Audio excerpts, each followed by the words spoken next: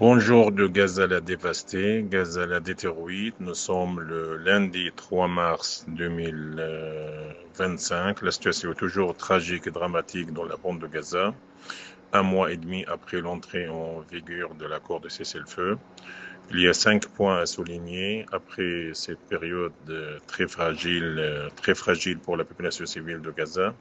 D'abord, les violations israéliennes permanentes de cet accord.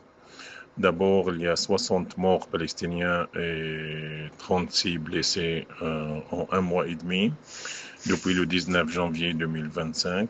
Donc, bombardements, soit des bombardements, soit des chars et des blindés qui ont tiré sur des civils et des voitures des civils palestiniens de Gaza.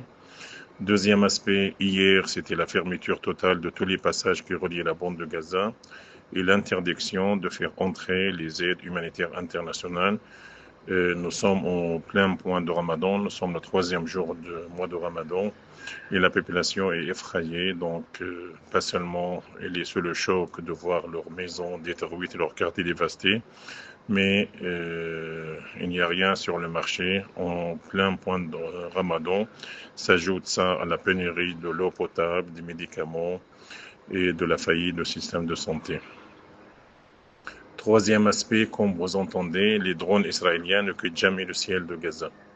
Il y a toujours des drones qui observent, qui contrôlent, qui espionnent, et donc ça, c'est une violation de l'accord de cessez-le-feu.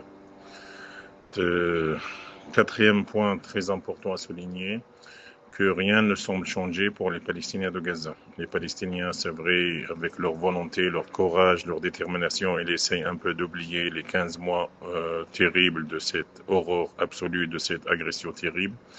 Mais malheureusement, rien ne passe, les passages sont fermés, les matériaux de construction ne passent pas, donc il n'y a pas beaucoup de camions d'aide humanitaire qui passent, notamment dans le nord de la bande de Gaza.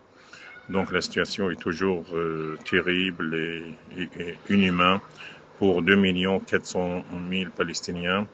Encore, il y a les tentes et les caravanes qui ne passent pas par ordre militaire israélien, et donc la majorité des gens, ils habitent au milieu des décombres et à côté des ruines de leurs maisons, signe de leur résilience, de leur résistance, de leur attachement à la terre.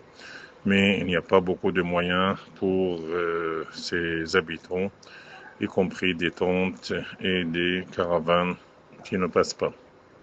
Cinquième aspect très important, qu'il y a un sentiment d'inquiétude, un sentiment d'incertitude chez les Palestiniens de Gaza. Donc c'est vrai, il y a des magasins qui s'ouvrent, il y a des restaurants, il y a une vie qui reprend lentement, mais les Palestiniens de Gaza ils ne réparent pas leurs maisons détruites partiellement parce qu'ils craignent la reprise des bombardements. D'ailleurs, il y a des menaces du gouvernement d'extrême droite en Israël de reprendre les bombardements sur la bande de Gaza suite à des accords sur l'application de la première phase ou l'entrée de la deuxième phase de l'accord de cessez-le-feu. Donc, situation terrible. Nous sommes au 3e jour du mois de Ramadan. Nous sommes un mois et demi après l'accord de cessez-le-feu. Mais la situation est toujours fragile, la trêve est fragile et la situation est toujours dramatique et tragique pour 2 400 000 Palestiniens qui sont dans l'attente d'une solution politique pour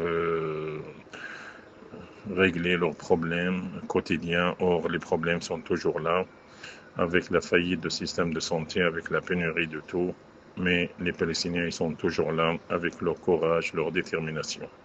Merci beaucoup, Ziad Midou, Gaza Palestine.